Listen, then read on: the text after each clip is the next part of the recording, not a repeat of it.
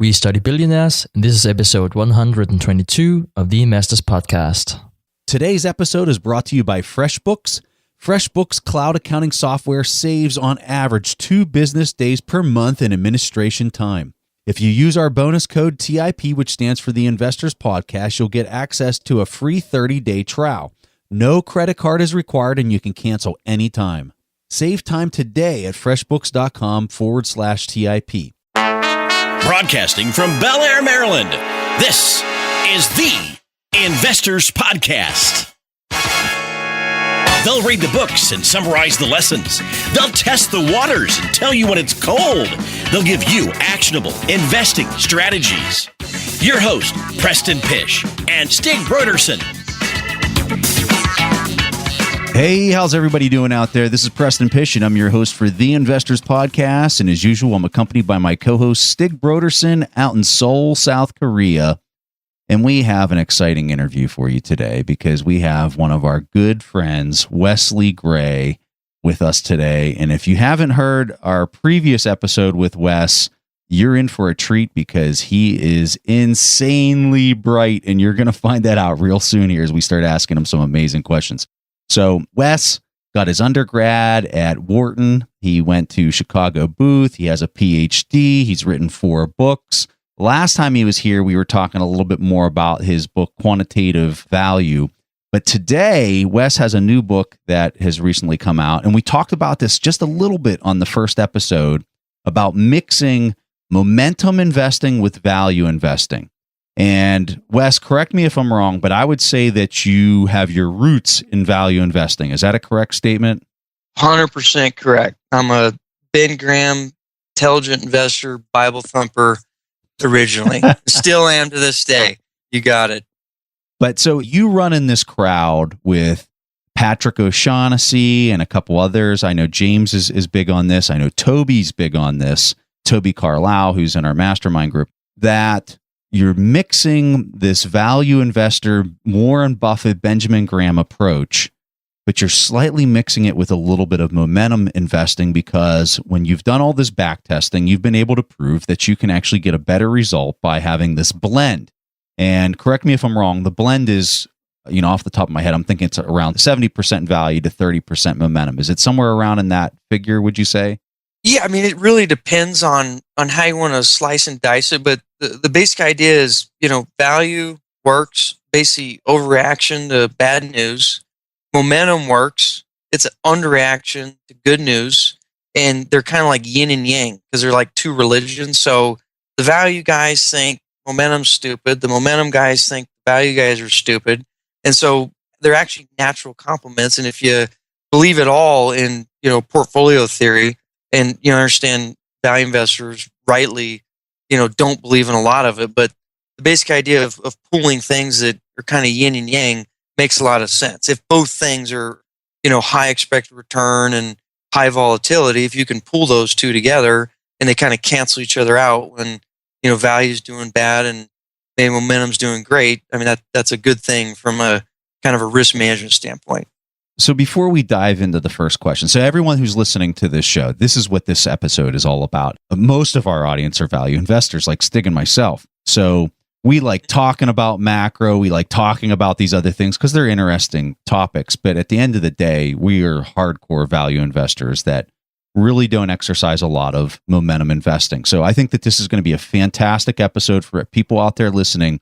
This is the direction we're going. We're going to be talking about momentum investing and how you can maybe augment or include a small portion of this in your portfolio to increase your returns. And Wes can talk the stats on this. He is a data-driven kind of person, so he can get into the nitty-gritty details of that as we go through the rest of the interview.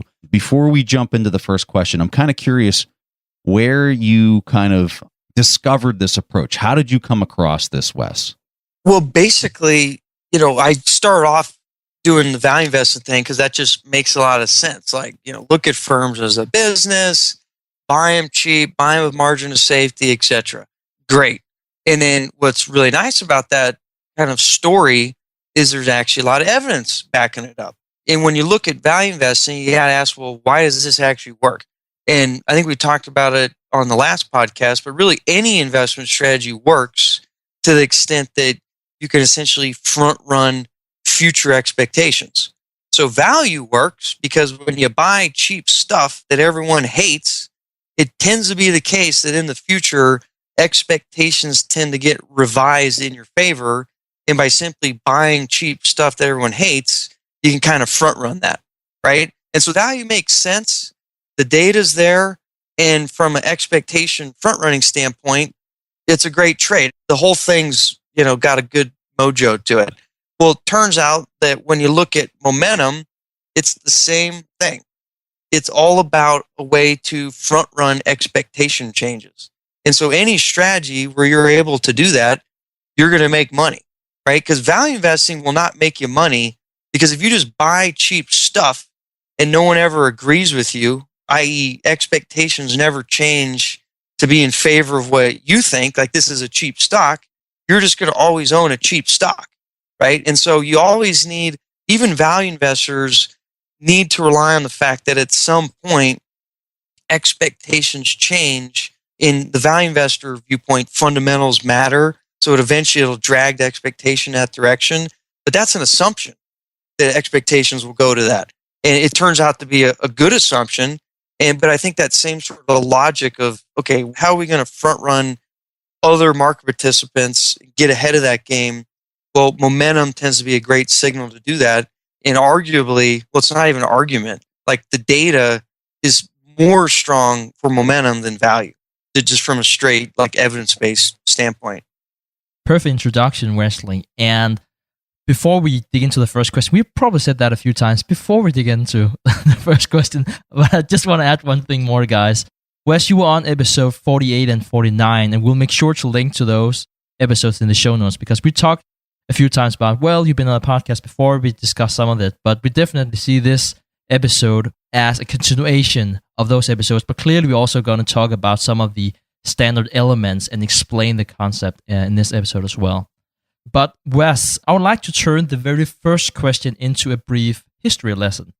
So in your new book, Cognitive Momentum, you describe the birth of technical analysis, and you talk about how it was developed in the Netherlands, later in Japan, and how billionaires like George Soros, Dan Druckenmiller, and Paul Tudor Jones later have become very successful with the approach.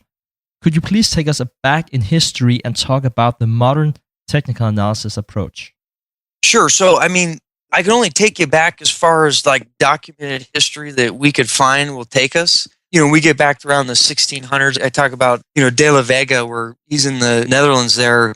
He's basically mentioning behavioral finance, how people participate in markets. And a lot of times it's all about the technicals. And, it all boils down to what my old roommate tells me. High prices attract buyers. Low prices attract sellers. And this guy's retired already, and we're not. And he was a market maker at Deutsche Bank for like 10 years. And he's basically explaining momentum. And so I think this is something that, you can look way back. A lot of people have been doing this for a long time. And what's interesting is when you start getting into formalized research, it's like anything. There's always it seems like there's a dark age. So momentum in the specific application that we talk about in our book and what is under discussion here is using momentum to select stocks. This idea, was originally taught, like Gary Antonoshi talks about the Colton Jones paper in 1937. It's kind of more of a trend follow thing, but kind of hints on momentum. 1937, okay, that was a long time ago. Robert Levy, 1967, publishes a paper on relative strength strategies in stocks in the Journal of Finance, for God's sake, the top tier academic journal. Okay, what happens also about that time? Well, Eugene Fama publishes his dissertation in 1965, and all of a sudden you get the efficient market mafia kind of starts controlling the thought. It's all about math. It's all about modern portfolio theory. This 1967 paper that basically shows that you can just use simple price patterns to basically beat the market. These guys get buried and they're not allowed to basically talk for another 30 years. And then you got Jagadish Titman, 93, who a lot of people say is like, quote unquote, when momentum was found. Well, I just talked about a paper that was published 30 years prior to that. and another paper published 30 years prior to that even. And so everyone's been saying, oh, momentum's a new thing. It's going to get arbed out now that everyone knows about it. Recently everyone's been saying, oh, momentum's dead. Well, there's my old boss, Chris Gatesy, has a paper where they got data from 1800 to 1927. So basically 120 years out of sample data. And guess what? Momentum works just as well then as it did in the last 100 years. However, just like value, you get your face ripped off sometimes. And that's why it works. So Wes, without jumping into, questions later on, for a person who's hearing that response, I think the thing that immediately jumps into your head is, how do you protect yourself from that event that you just described as being just totally cataclysmic event as you're implementing this momentum strategy and it just totally does not work? How does a person mitigate that risk from happening?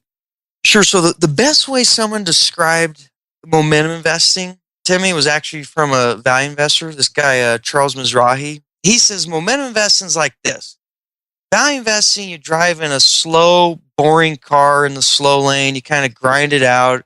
The Ferraris pass you by and you always look stupid. A lot, you kind of grind it. Sometimes your car breaks down and you're screwed and you lose a lot of money, but whatever. It's just kind of a grinder strategy.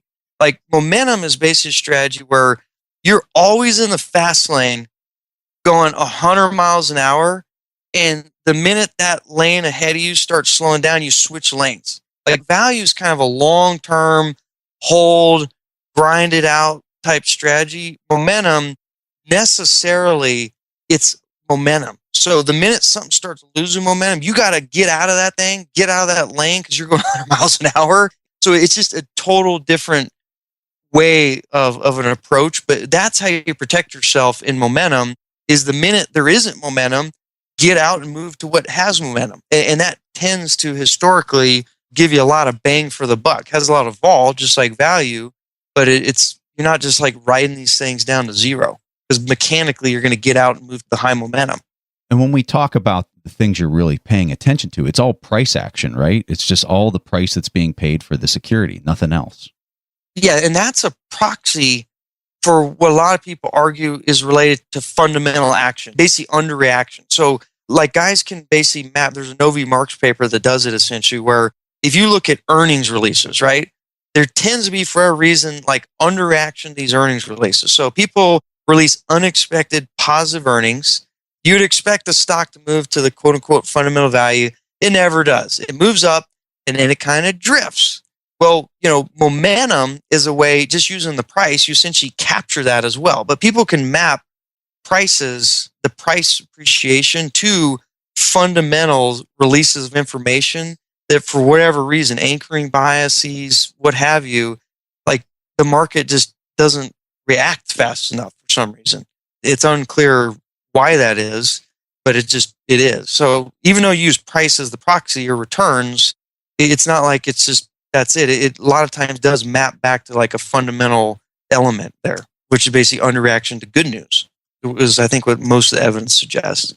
And just very briefly, for people out there listening and thinking, I heard about this, I have a really good understanding of what value investing is. Could you just briefly explain momentum investing? It's like, if you have a stock, call it $10 and it drops to $5, as a value investor, you'll be thinking, this might be now trading at a lower price. There might be some value there I can gain. Whereas that's not what you're looking for at all as a momentum investor. You're looking for that stock going from $5 to $10 and saying that there might be a strong indication that it might continue. Is that basically what you're saying?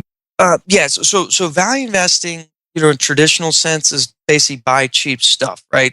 And that's great. Got it. Momentum investing is basically buy relative strength. So when we talk about stock selection, there's two types of momentum. There's kind of trend following momentum, or what they call time series momentum. That's like looking at a stock at a current point in time relative to its history and making a decision based on that. So it's in isolation. What we're talking about here, the geek term is called cross-sectional momentum, or the practitioner term is relative strength. So here, we don't really care if you're up 10% or even down 10%, as long as you're relatively doing well to other securities in your universe. So if you're negative 10, but the other guys are negative 50, the evidence is pretty clear that the negative 10 guy will continue to have strong relative performance than the negative 50 guy. So, but it's not about just, we're talking about the absoluteness of it is not what we're looking here. It's the relative momentum that is really the documented effect as far as stock selection. Now, when you say relative momentum, relative to other companies in that industry is what you're comparing them to? You can do that. Or you can just do it across all securities. People do it within industry. Like, it doesn't matter, but as long as it's in the relative is what matters. So as long as you have momentum relative to whatever universe you're operating in, that is the signal that seems to, kind of drive this empirical phenomenon that's been around forever. Very interesting. So, Wes, could you explain the concept of behavioral finance and why it hints at the framework for being a successful active investor? And I know in your book, you provide a poker analogy. So could you kind of give our audience a glimpse of that? Yeah, sure. And so this framework, which I'll outline to you guys, we call it the Sustainable Active Investing Framework. This is a framework through which you can review any strategy, value investing, momentum investing, Ouija board investing, or whatever. The idea is if you can't map it into this framework and identify the edge, it's not real. It's data mining. So essentially the way it works, and this is really just academic behavioral finance, but most people think that behavioral finance is about behavior. So understanding how investors have all kinds of weird psychology problems, they make bad decisions, and then they do stupid things in the market. But that's not really interesting, because if it was only about behavior, and if there was one really smart person, they would just go get billions of dollars and exploit all those people, and it wouldn't matter because they would just arbitrage them away like ASAP. So, but in order to make behavioral finance interesting, you need to identify, one, decision-making errors. So why do people do stupid stuff in the first place and sell stocks too cheap or whatever? But then also, why in the hell aren't the arbitrage guys taking advantage of it? Because only then will you actually see these effects in the data. Because if it's driven by a behavioral issue, and then we also understand the market frictions or why other smart people aren't doing it, now we have like a real effect that we can actually see in the data and try to understand it. And so essentially what the Sustainable Active Framework suggests is we got to answer two questions whenever we're doing any sort of long-term investment strategy that purports to have any sort of edge over just buying a Vanguard fund, which is amazing, right? Because it's cheap, tax efficient, and you own everything. Incredible. The first question is, I'll use the poker table analogy. Who are the bad poker players at this table that I'm sitting at here? And that's where we get into the behavioral stuff, right? Like, who's the idiots that are, selling these great companies at crazy PE ratios, because they've got overreaction, biases, or representativeness, or whatever it is. We need to identify what is the underlying psychological problem with people that are investors out there making decisions, because that's going to create this sort of initial mispricing. So you've identified the bad poker players at the table, but we don't operate in a world where it's only bad poker players. We operate in a world where there's people with PhDs in physics and math, people that got 30 years of stock picking like Warren Buffett type. So we need to understand what are the best poker players at the table doing. And if we identify situations like value investing, we kind of understand the behavioral reasons of why these opportunities exist. It's really hard to do.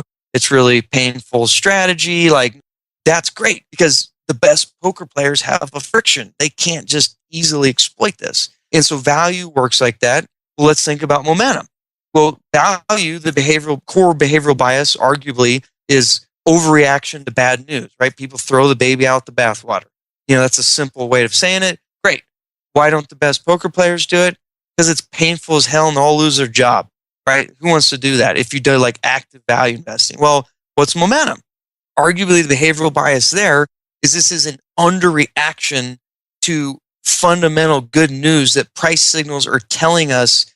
In fact, they're yelling at us that this is the case, and yet people underreact to that price signal because they're overconfident in their own information set. So that's kind of one of the core leading theories about the behavior that drives momentum. And then, well, why don't all the best poker players do it? Well, just like value, if you do momentum strategies, you are going to look like the biggest idiot in the entire planet for potentially 5-10 year stretches. That's great because that means it's sustainable. You can't be like a prop shop, lever the strategy up and arb it away immediately. And so bottom line is there's two questions. Who are the bad poker players? Great, we need that because they cause mispricing. Second question, why isn't Warren Buffett or why aren't like all the other smart people managing billions of dollars doing it? If we understand their limitations, now we have a real kind of sustainable opportunity. And I just am of the belief that value and momentum fit in that framework pretty effectively. Very, very interesting, Wes. And I think this is a really good transition into the next question, because one of the ideas that I got from you by following your research and reading your blog and your work is that you have explained about an investment style box, or if I should just explain it, so traditionally when we have an investment style box, it's usually 3x3. So it's divided into 3 rows with big, mid, and small cap, and then 3 columns with value, blend, and growth. And this is like the way that we usually see this box. So whenever we are looking at an ETF, for instance, it will be in one of those 9 squares in terms of explaining what type of ETF it is. Now, you suggest that perhaps we should replace growth with momentum. Could you please explain why we might need to rethink growth and replace it with momentum in the future? Sure. So it depends on your objective function. If you're trying to closet index and minimize tracking error, growth is great. If you're trying to maximize expected return and play the buckets that the evidence suggests will actually, generate excess return over long periods of time, you don't want to think in terms of growth, because growth without momentum is a sucker bet. It's what every value investor in the world knows is a bad idea. Overpaying for hype, buying the latest, greatest scheme out there that the street's pumping, the newest IPO, like basically expensive stocks, right? That we already know, all value investors know, total sucker bet. But momentum is not growth, or it is not expensive stocks. Momentum is momentum. Momentum is what is your performance relative to other securities in the universe, independent of fundamentals, right? You could be a high-flying 100 PE stock and have high momentum. You could also be, like recently, because you guys probably appreciate this like I do, small cap value has been face-ripping, rocking, right? A lot of those stocks are momentum right now. So you could actually have a circumstance right now where you can be value and you could be momentum. But the key is you don't want to buy expensive stuff, which is growth. What you want to buy is you want to buy value and then momentum, where momentum is high relative strength, not growth, where growth typically means expensive 100 PE securities. Momentum can be that, but doesn't necessarily have to be that. And so the idea is if you want to maximize expectation and not just worry about trying to cover all the buckets of the market, value is one area you want to focus and momentum is another. And those are the two spectrums you want to be in, or at least from what the evidence suggests, if you actually care about, quote unquote, trying to beat the market or generate risk premiums in excess of just, buying the Vanguard fund. So, Wes, I'm curious if you could dig into a little bit more defining the difference between growth and momentum, because I think the typical person listening right now, they haven't made that difference yet. So let me just try to put it in my own terms, and then you kind of self-correct off of what I'm saying here. So when you're talking growth, you're talking about, call it like an Amazon company where you're looking at the top line revenues, you're seeing them grow at a rapid pace, and you're expecting that to just go off into oblivion and just keep shooting into the stratosphere. That would be more of what we commonly refer to as a growth pick. Now, when you're talking about momentum, you're really looking at just the price action of the stock. So let's say it's Amazon again, and you saw, compared to other tech companies, or let's just say the S&P 500 in general, you're seeing that price action and it's moving twice as fast as any other stock out there. We would label that momentum. Is that a correct interpretation of this? And if not, just kind of hit the delta. Yeah, that's really good. And let me go really slow here, because this is like a nuanced point that matters so much. So let's go back to the value anomaly as it's documented. It basically says, let's just take PE ratio. We got 1,000 stocks. The value anomaly basically says that if we just simply buy the cheapest 100 and we compare the performance on that to the most expensive 100, you get this huge spread. Depending on the size cuts or whatever, let's say it's 5% or anywhere from 2 to 8%, depending on what the size levels are. But it's huge, right? That's a massive difference over 100 years, a 2 to 4% kind of spread. The low PE stocks are called value in the academic research. The high PE stocks are considered growth or glamour or what have you, right? Got it. Momentum says we're not looking at any E. We're looking at P. That's it. And we're not only looking at P, we're looking at how P compares to the other Ps in the market, i.e. P where P's the price. So with momentum, you say, okay, now we got 1,000 stocks. We're going to rank them on their last 1 year performance, and we're going to sort them. The top 100, they're going to probably have 50%, 60% returns. The bottom 100 are going to have probably whatever, -10, -20. The spread between those top 100 and those bottom 100 is like double value premium. So if value, depending on how you cut the size, is 2 to 4, momentum is going to be 4 to 8. So just the absolute spread there is different. And the key differentiation is growth is about P to E, expensive stuff. Momentum is about relative strength, price movement. And that little difference matters so much, because if you have a growth stock, i.e. a expensive security, if it doesn't have momentum, it's got a bad expectation. If that security has momentum, but it just happens to be also an expensive stock, you have a good expectation. And that little nuance is all that matters. And you hit it right when you said Amazon. Amazon, expectations off the wall. Like right now, I don't even know what the PE is. It's probably like infinity, but it's also been getting its face ripped. So it doesn't have as much momentum as it used to have. So that's becoming less attractive to a momentum investor. Yeah. But go back 6-7 months ago, Amazon still has a PE of an infinity, but who cares? It has amazing momentum. So it's that momentum characteristic that drives this, and it's independent of the valuation. It's a total kind of different way of thinking than value investors typically think. Fantastic. Which is fine. Right. Yeah, no, that clears it up. It's crystal clear when you describe it that way. All right, guys, hang in tight because we're going to take 1 minute to tell you about today's sponsor. At the Investors Podcast, Stig and I always talk about how important it is for you to think like an owner and not as an employee, regardless of your job description or title.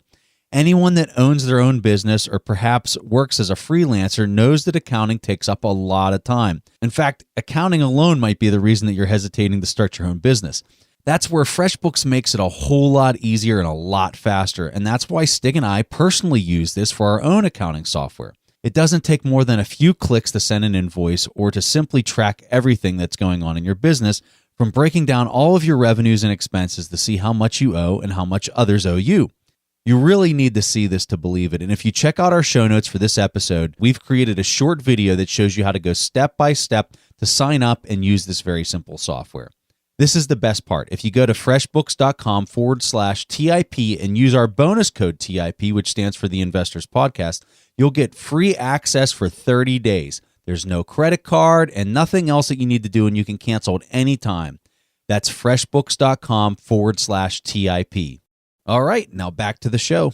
Now, I'm just kind of curious on this, Wes, because I know you're a huge quant guy. You are all about the numbers and going back and back testing and all that kind of stuff. So I'm kind of curious what the average duration that you would, if you had a basket of, call it 100 momentum picks over a certain amount of time, how long were you holding on to these picks on average? What would you say that number is? Well, I mean, in order to get it to work, it's way higher turnover. 3 to 4 times. So value, here's some basic empirical facts. You take a value strategy, right? Let's just say low PE, just for ease here. So we're just going to be Ben Graham, buy cheap stocks, low PE. If I go buy the cheapest 100 stocks right now, and if I 5-year rebalance that, I still got some edge. If I 1-year rebalance that, I got a lot more edge. If I quarterly rebalance, I got a little more edge. If I monthly rebalance, I got a lot of, and you can go crazy on it, right? But value, you could hold that for 5 years out and you're still going to have an edge. Momentum, it's like I say, you're driving a fast car, and if that fast car has a wreck in front of it, if you don't change lanes, you're dead, right? So momentum, you have to turn that thing over and rebalance that portfolio quarterly to frankly get any of the benefits of it. And it's just the nature of it. And if you do it monthly, it's even better, which means that momentum, while way more compelling, is also way more trading intensive and arguably has a lot less scalability to it than value. Because value, as I mentioned, you could buy stocks and hold them for 5 years and capture some of the edge. In momentum, you have to trade it at least quarterly. In your turnover, I'm just going to throw it out there, but maybe you get 200% a year turnover, where maybe a value strategy, depending on how fast you rebalance, it may be half that or a quarter of that. It's just the nature of the two anomalies. They're just vastly different. So Wes, so a person hearing this, like my immediate thought when you hear that the turnover is higher, which is what I totally expected, I think I'm going to be paying taxes through the nose.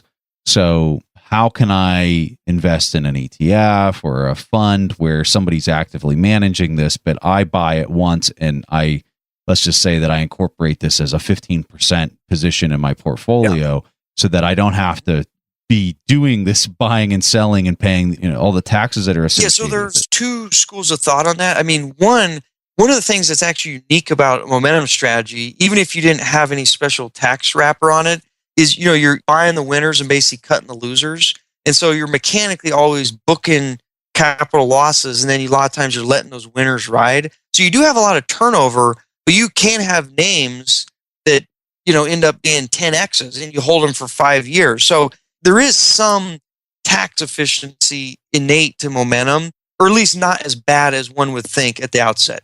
But of course, as you mentioned, and it is intuitive, because of that trading activity, you are going to generate a ton of capital gain liability. So you need to find structures. Like, obviously we like the ETF structure because it allows us to, internal to that structure, avoid capital gain distribution. So, a buy and hold investor can basically access that turnover without, having to eat in 1099 distributions every year. You can also use it in qualified accounts.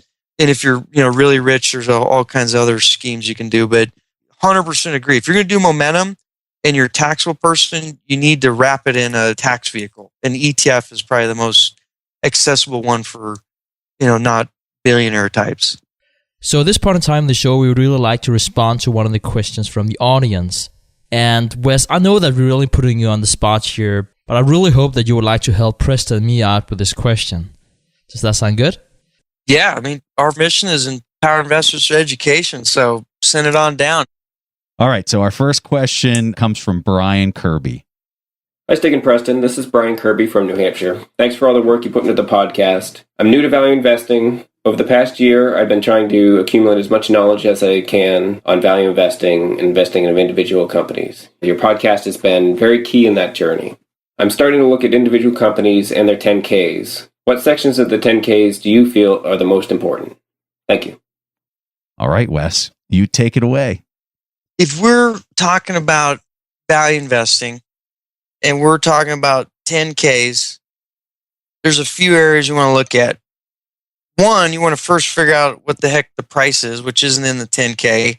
But after you do that, we're big fans of operating income, or kind of, measures of profitability that are a little bit further up the income statement, not net income, because it can be gamed a lot. Another thing you want to focus on, there's actually a really cool paper about this. Again, I'm a quant guy, so I'll give you a quant perspective.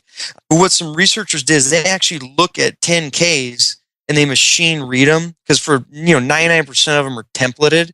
But what they did is they said, hey, all these lawyers, they make you write this templated language. But what happens when the template language changes? And specifically, is there certain sections of the 10K where when the language changes, it really matters the future performance? And one of those is actually in risk factors. If you just look at the template language in risk factor section, and you do it year over year or quarter over quarter, however you want to do it. And again, I recommend doing a computer, but if you don't have a computer to do it, you can do it by hand. Whenever you start seeing additional risk factors listed in there, i.e. the lawyers are like, guys, we need to kind of cover our ass here. And we don't want to talk about this publicly, but this is our disclosure document, so we need to legally disclose this here. But, because obviously they're not going to make this front and center on the conference calls. But I would focus on that risk factor section and don't just read it absolutely, read it relatively to what they've said in the past. And if you all of a sudden see a whole addition of risk factors, that's like a momentum way of seeing the relative change in a 10Q. Yeah. It's crazy, man. These guys use a computer to literally like machine read, and they look for these changes. And risk factors is where a lot of these CEOs like go bury information that's super relevant to market expectations, but because obviously they're CEOs, they don't want to like talk about these things or emphasize them. So a lot of times it kind of goes to the wayside, but it's highly predictive of basically poor performance. Because that is so true. That they'd have the lawyers just adding all sorts of, that is so smart. And I've never heard that before. I really like that comment. That was amazing. I'll give you one more that's also just kind of varsity level fundamental, but there's another thing you do is like customer supplier relationships. There's an old trading strategy where, basically in those 10Ks, you got to disclose over 10% revenue partners. And obviously, like, let's say Stig, and there's a class examples like golf clubs. So Stig is Callaway Golf, and I'm like a head supplier for golf clubs. If all of a sudden you want to follow Callaway Golf, if you come out and Stig says, dude, my sales are horrific, and you're analyzing me, the company that's making the golf heads, because I'm going to report in like a month or so, and I know that Stig is 80% of my revenue, I might want to consider the fact that Stig just said his sales are abysmal, because that is going to affect me a lot. And what you do is you get these customer supplier price reaction lags where you have information in the marketplace on another company that is economically linked to the company you're investigating, but you may get blindsided if you're just looking at the 10K in isolation, but not considering like the ecosystem. So that's another trick that a lot of like kind of varsity fundamental guys like to do. They kind of like to understand the ecosystem of what other guys are releasing. Yeah, and just something to add to this, because Brian, I really think this is a great question, and you're starting with the 10Ks because most investors, like even with years of experience, never go that far. So that's really good. One thing to say about this is that reading 10K is really an art. Like you need to read quite a few really to get a grasp on this. I remember one of the first times I was reading this risk section, and I was like, I need to go through and read all the different types of risk. And it just seemed so generic. And guess what? Like a lot of the risks that you do read about, they're extremely generic. It's something like, oh, if we can't keep up with customer preferences, it's a problem for us. And I mean, try to see if you can find a business in the world that doesn't need to keep up with customer preferences. I mean, a lot of this is completely useless. And I think in general, you need to think about that whenever you're reading not only the risk section, but basically all the sections in the 10K. And the same goes for the management discussion. How sincere is it? Is it completely generic? Did they have someone from the PR department basically write that out? Or are they talking about mistakes they're actually making? Are we talking about the key drivers of the industry, where they are in the cycle? I mean, that's the things you should be looking for, because the requirements for 10K, in many ways, they're really strict because all of this is regulated. But in a way, it's also very easy to get away with a lot of generic, useless talk. So if you can diagnose if it's sincere, in other better words, this is a trickle-down effect you see from the management and the rest of the organization. I know that this is really the art part that I'm talking about, because how do we determine that? But if you get the impression that they're trying to hide something from you, relating back to what Wes said before, they just suddenly got 15 new risk factors, then you probably should run away as fast as you can. Well, I've got a question for Wes, because he was talking about this a little bit in the beginning of your response, Wes, about the operational income. So are you really big on really kind of going to the cash flow statement and looking at the operational income and then, subtracting your CapEx to come up with your free cash flow? Is that what you're really seeing as the real earnings here? Well, yeah, free cash flow is a little bit difficult because CapEx is all over the place. What I was suggesting is just move up the income statement. So at the top, you got the revenue, and then, after your COGS, you got like your gross profitability, rip off some SG&A, you're starting to get to like your EBITDA kind of, and then pull off some depreciation, amortization, get the EBIT. Just all those are good. I mean, honestly, if I was just starting off value investing, whether I was a professional or not, I mean, because this is what we do, we focus on operating income, which is essentially, EBIT. And then we look at total enterprise value, which is essentially like a price. And we just buy the cheapest ones. Preston and I recently did an interview with Bill Miller. He's basically saying the same thing.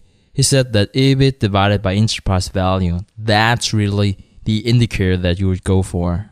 But Wes, I'm just going to throw it over back to you because I see you have another point here. What does Warren Buffett do? I think he reads market psychology. And whenever he sees a firm, well, we already know what he does. Like Fresini and those guys wrote a whole paper about it. It's called Buffett's Alpha. And we know quantitatively what he does. He buys cheap, he buys quality, and he buys what they call low beta.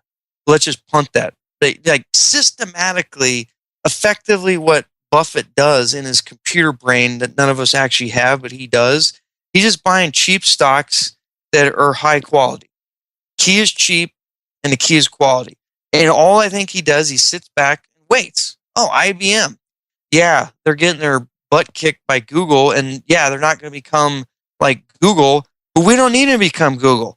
They're a great firm, and we just need them to do better than expected at the current price. And so all the positions he starts taking on, I think he just sits back and waits for the psychology to turn.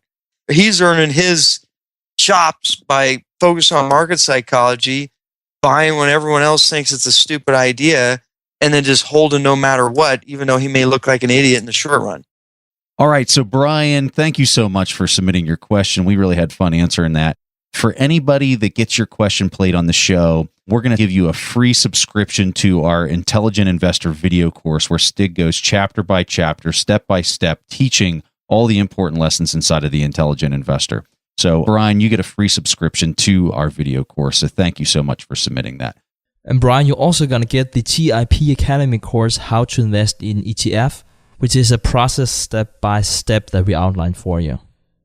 So if you guys are enjoying our conversation with Wes, make sure you guys tune in next week because we have the second part of our interview where we continue this dialogue with Dr. Wesley Gray. And I'm telling you, you're definitely going to want to tune into that because we really get into some interesting conversations into the second part. So Wes, I want to give you a quick opportunity. If people want to learn more about you or see some of your content, give them a handoff to where they can learn more about you. Sure. The easiest place to do it is just go to alphaarchitect.com. And I'm sure you guys will link to it in the show notes. That's where we live on the internet. And I also want to highlight your new book, Quantitative Momentum. If you're enjoying this conversation, I know for me, this is challenging a lot of my preconceived notions of investing because I'm a hardcore value guy. But if you want to learn more about this, you've got to check out his book. I guarantee it's going to be one of the best books you read on momentum because it's based on data. It's based on back testing that Wes has done. And that's something that I don't necessarily think you're going to find in a lot of books that are written about growth, which this isn't growth. And I think we've kind of dispelled some of that. But more on the momentum side, he backs it up with data and hard facts. So I can't help promote Wes's work highly enough because it's something that will really help people challenge their way of thinking, especially if you come from a value investing background. That was all that we had for this week's episode on the Investors Podcast. We will see each other again next week. Thanks for listening to The Investors Podcast. To listen to more shows or access to the tools discussed on the show, be sure to visit www.theinvestorspodcast.com. Submit your questions or request a guest appearance to The Investors Podcast by going to www.asktheinvestors.com. If your question is answered during the show, you will receive a free autographed copy of the Warren Buffett Accounting Book. This podcast is for entertainment purposes only. This material is copyrighted by the TIP Network and must have written approval before commercial application.